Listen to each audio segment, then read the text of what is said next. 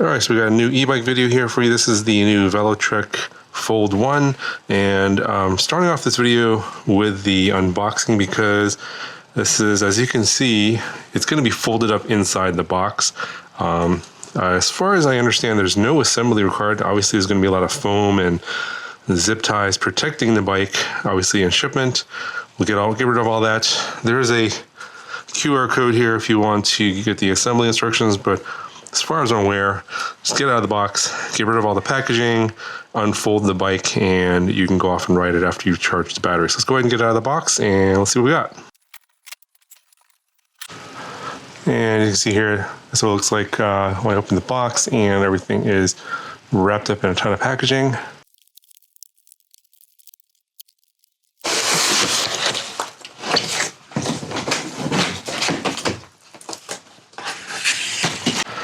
All right, so I got it out of the box, and not too heavy. I think it weighs about 75 pounds.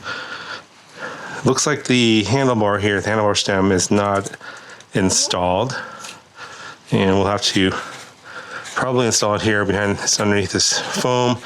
Once you lift it up, put the handlebar in. But I think, if I'm not mistaken, the front wheels are installed already. Even the pedals are installed. They fold down. Fenders are already installed. Rear racks are already installed. So I think just the handlebar, and that should do it.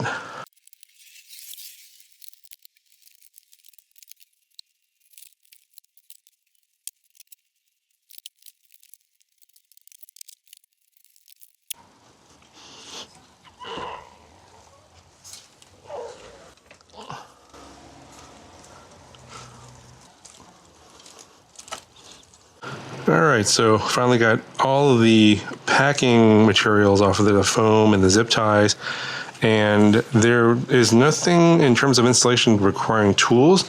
I just had to install the handlebar into the stem here, which of course the height is adjustable. And so with the handlebar height being adjustable and the seat height being adjustable, this does fit a wide variety of riders. 4'9" to 6'5" is the range, and also has a max weight limitation of 440 pounds.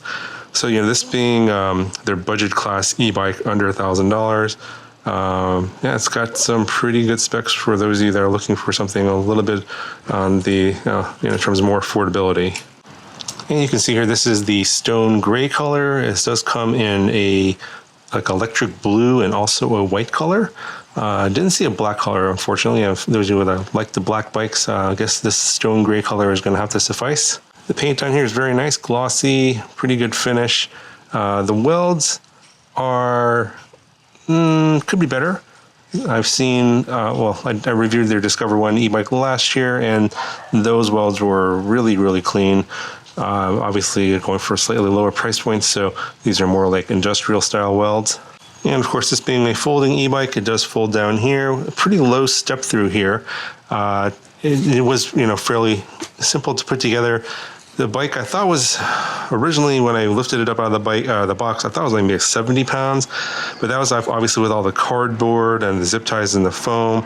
It's actually rated 63 pounds without all the packaging materials. And of course, the rear rack is installed from the factory, but it's actually incorporated into the frame. So this is some heavy-duty steel or aluminum here, and welded to the frame here, so nothing to install.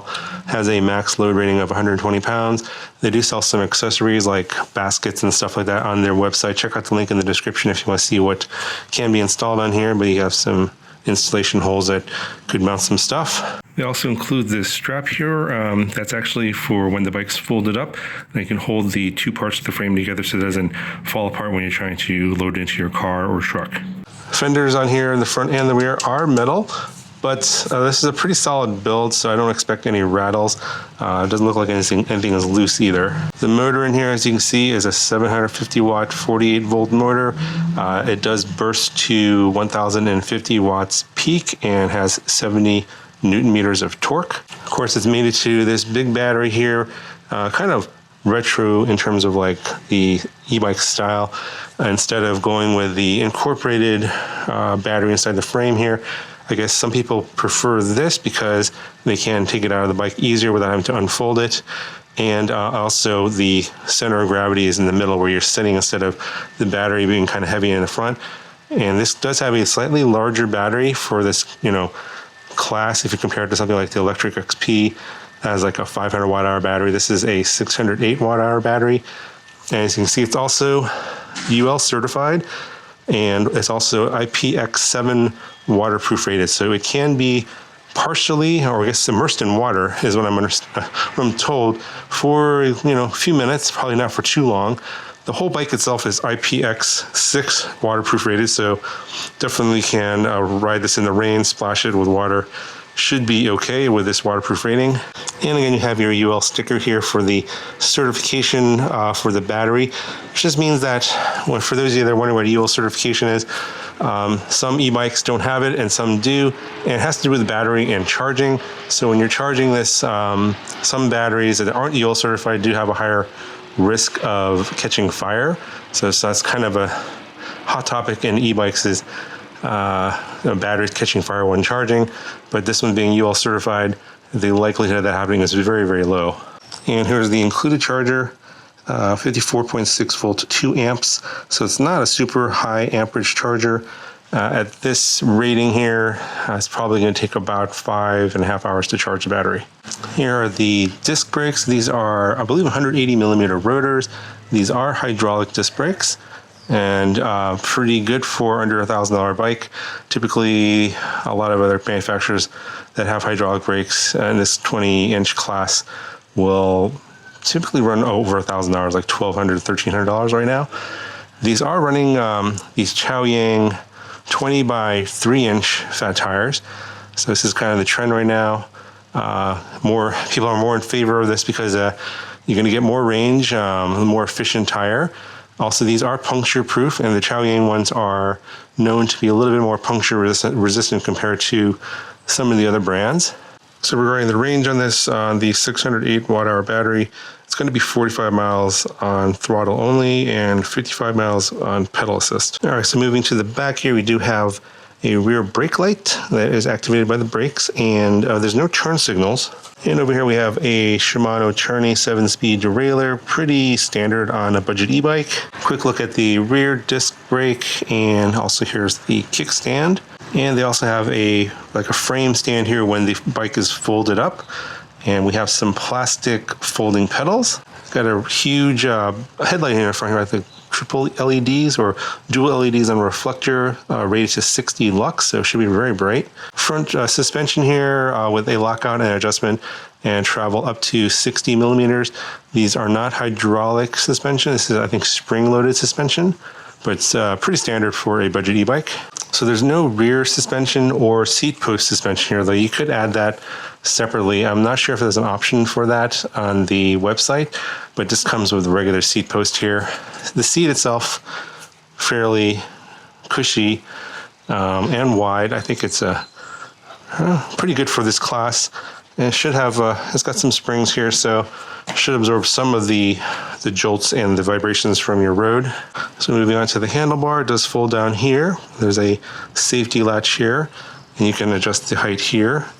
You can adjust the angle here if you want to. You can get some tools and unloosen this, but the standard angle seems to be fine. And going across the handlebar here, you got a nice rubber grip. It's kind of ergonomically shaped, so a little bit above average for this price point.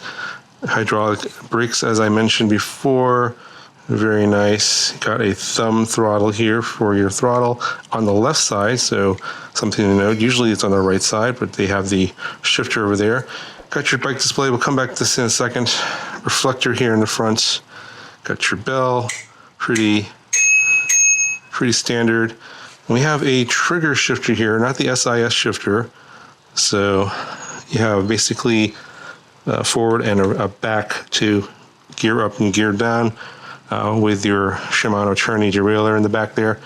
Again, you got a nice ergonomic grip here on the right, and your hydraulic brake over there. In terms of the cable management, pretty decent. I do like this cord sort of bundling here, and then your connectors here are easily accessible, so if you do need to make repairs, these are pretty easy to swap in and out. I do like that. And then The cables do go into the frame over here and over here on each side. And then the bundles do go through this area here. So when you do fold and unfold the bike, you do have to be careful not to squish the cables, but I didn't see that there was going to be any issue with that. And the controller is over here somewhere, and then the cadence sensor is what this one has. It does not have a torque sensor. Here's a look at the bike display. It has a QR code here. You want to scan that to register your warranty, and this does have a 2-year warranty. All right, go ahead and turn this on. Ooh, very bright display. It's just basically grayscale, not color. Nothing too fancy here. Obviously, we're at a price point of under $1,000.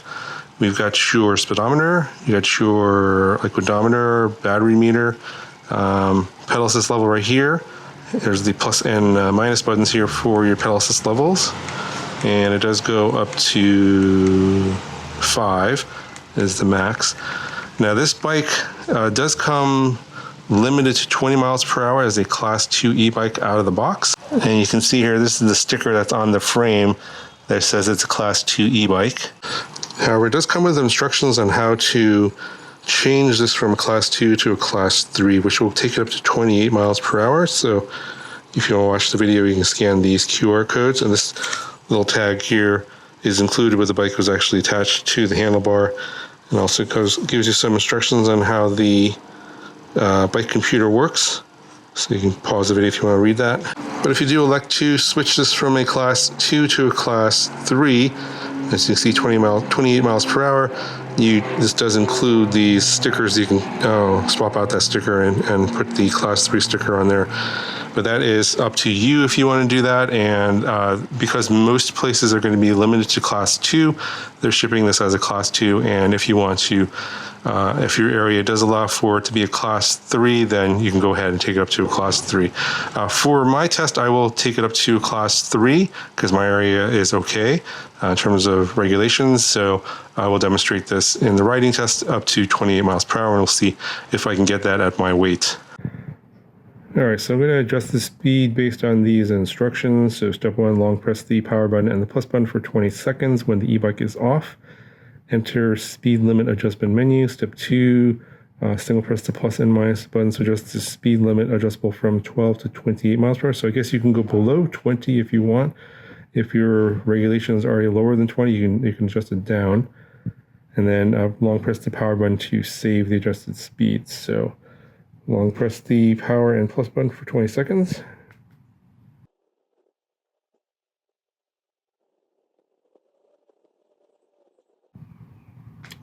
There we go.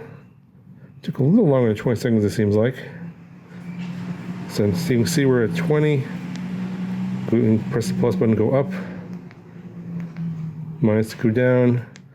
And we'll take it all the way up to class 3 max, 28. And then we long press the power button to save it. Okay, so the charge port on the battery is over here. There is a keyhole on this side, and these are the 2 included keys that are attached to the handlebar. So if you want to remove the battery from the e-bike, you do have to unlock the battery with the key, and then it'll pop out.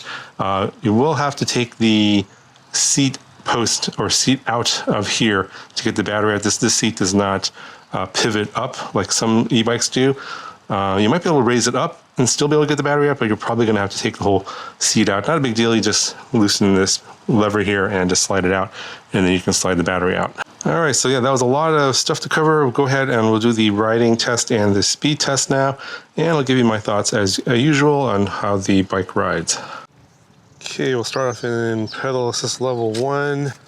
Do a little bit of a rolling start, and yeah, the motor kicks in right away. I'm in low gear, first gear. Already freewheeling. I'm not giving any additional effort because I could go faster. So I'm getting about 14.1 miles per hour in level 1. And do remember that I did unlock the bike, so we are at a class 3 now. Okay, let's try level 2. All right, freewheeling already.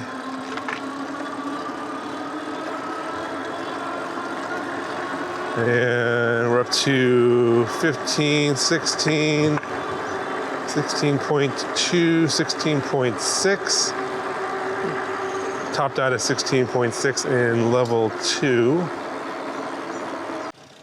And we'll go to level 3 now. And this is a cadence sensor. I'm not sure if I mentioned that earlier, so I could put in additional effort and go up to a higher gear, but I just want to see what speed this gives out without any additional effort just by pedaling. Level 3, we're up to 21 miles an hour in level 3. And just pick up speed fairly quickly here. I don't have enough room here on this road. Let's go level 4.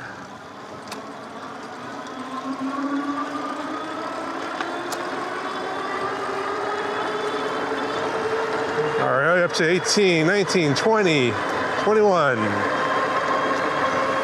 23.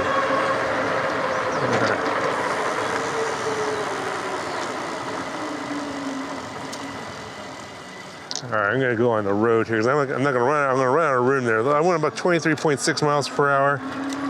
The gear up here. We're going to level 5 and see what the top speed will be. 21, 22.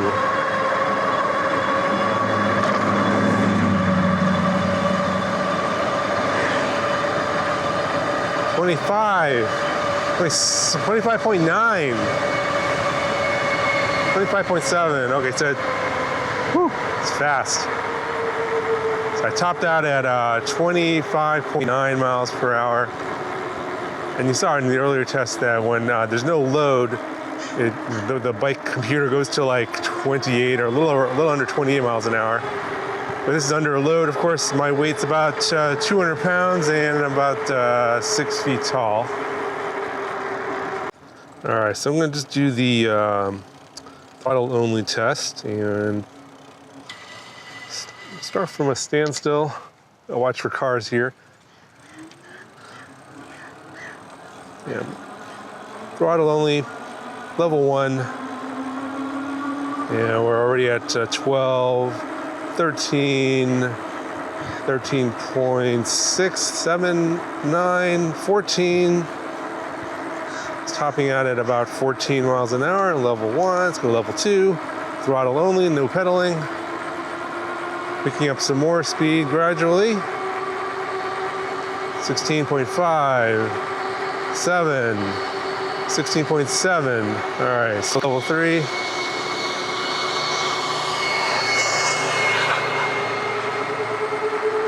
$18, $19, $20, $21.3, $21.4.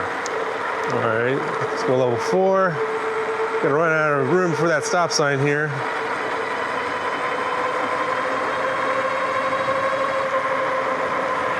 I ran out of room. All right, let's turn around. All right, from near stop, level 4, throttle only.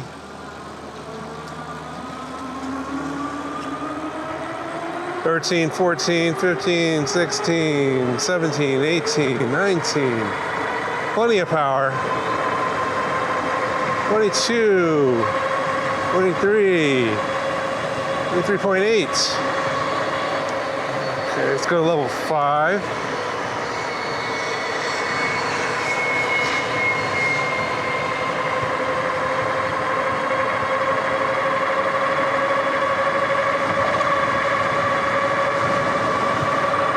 $24.7 is the top speed on throttle only. So actually, if I gave it, if I was on a pedal assist, I could probably go faster if I gear all the way up. All right, so I'm just gonna ride the bike around and give you my thoughts on it. In terms of the comfort level, pretty decent. The seat's okay. Obviously, you could probably replace it with a seat of your choosing if you want. And no seat post suspension, so all you're going to get is in terms of shock absorption is in the front, which is fine as long as you're not doing a lot of off-roading. But I think the thing that impresses me most about this bike is it just feels super solid. I know the frame looks really well in terms of visually looks really solid, but in terms of riding around, hitting bumps and stuff, the shocks work fairly well. I don't really feel too much vibrations from the road. The metal fenders, they don't rattle, which is a plus. A lot of times, especially in this budget class, these metal fenders will start rattling, and they look like they were installed properly from the factory, so no rattles, no weird noises coming from the bike. So overall, yeah, I would say this is a very solidly built bike from the factory. The hydraulic brakes on this one work really well, so I wouldn't worry too much about the stopping power. Obviously, if you're going the full speed at 28 miles an hour unlocked, it's going to take a little bit longer to activate the brakes and stop, but it's you're not going to be in any danger of flipping over the bike or anything like that. It does work very well. It's very stable. Honestly, a little bit surprised that they were able to get this bike under the $1,000 price point with all of the features, especially the fact that it is waterproof and you can't even submerge the battery. I've seen some tests of that where they can put the battery underwater for up to 10 minutes. So if you're worried about riding this in the rain, this is definitely going to be totally fine for that, especially for your urban commuters.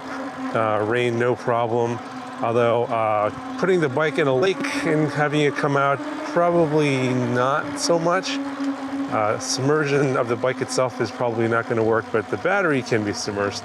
So I'm not sure if that really helps a lot, but in terms of hitting by a lot of rain, this will be totally fine in that case. Yeah, that's another reason why I'm a bit surprised that they're all being able to offer this at the under $1,000 price point as a budget e-bike.